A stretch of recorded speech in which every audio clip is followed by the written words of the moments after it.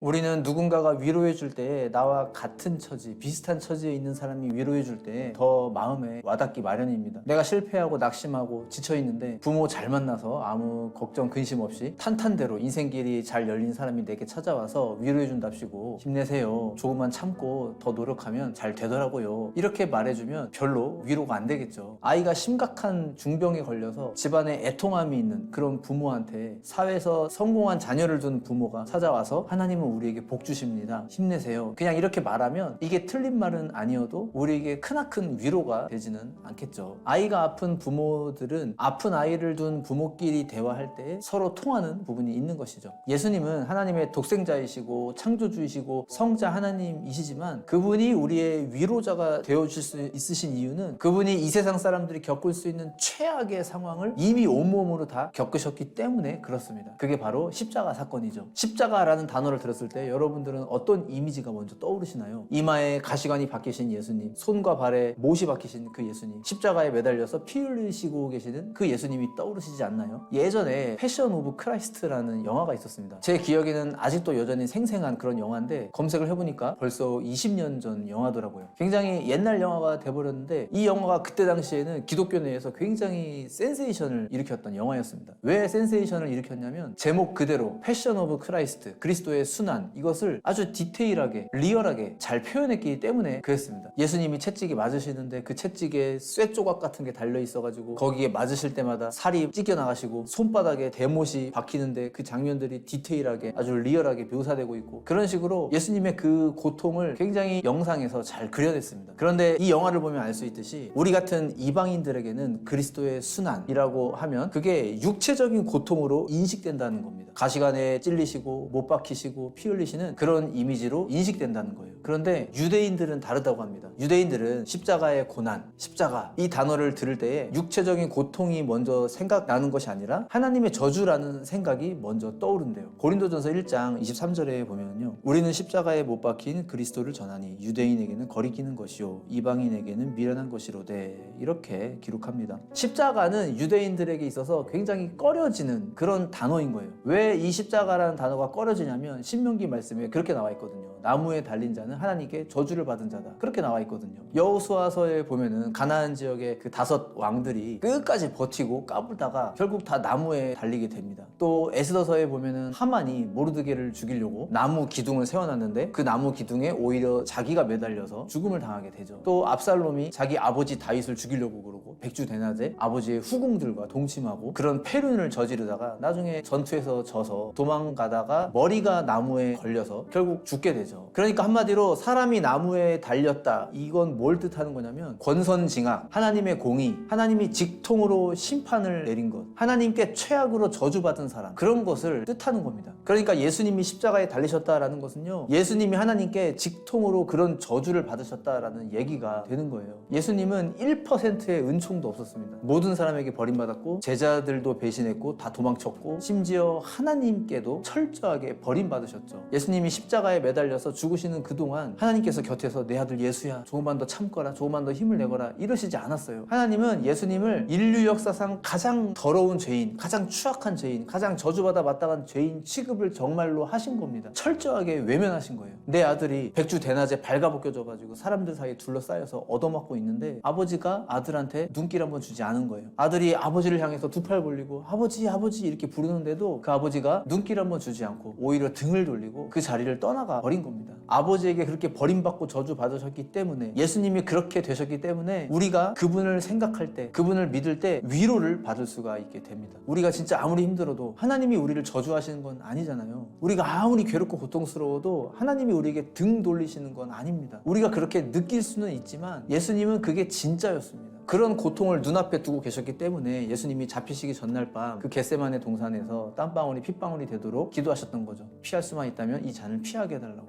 그런 기도를 하셨던 겁니다. 육신의 고통당할 것이 두려워서 그런 기도를 하신 게 아니라 바로 그 아버지로부터 철저하게 외면당하고 저주받고 버림받고 최악으로 치닫게 되는 그 죽음의 저주를 예수님은 괴로워하셨던 거예요. 사랑하는 여러분, 내가 아무리 최악의 상황에 놓여있다 할지라도 예수님께 반드시 위로받을 수 있습니다. 예수님께서 나를 대신해서 하나님께 끊어지는 저주, 하나님께 철저하게 외면당하고 버림받는 저주를 이미 당하셨기 때문에 우리가 하나님으로부터 끊어지지 않습니다. 우리는 결코 하나님께 저주받지 않아요. 절대로 그런 일이 일어나지 않습니다. 내가 너무 힘들고 지치고 낙심이 되고 좌절이 되고 최악의 상황인 것처럼 그렇게 느껴질 때에 나보다 더 지하로 내려갔다가 오신 그 예수님을 한번 떠올려 보시기 바랍니다. 그리고 그분의 음성에 귀 기울여 보세요. 반드시 위로의 음성이 들릴 것입니다. 그렇게 날마다 주님 주시는 위로와 능력에 힘입어서 하루하루 살아내시는 우리 모두가 되시기를 소망합니다. 감사합니다.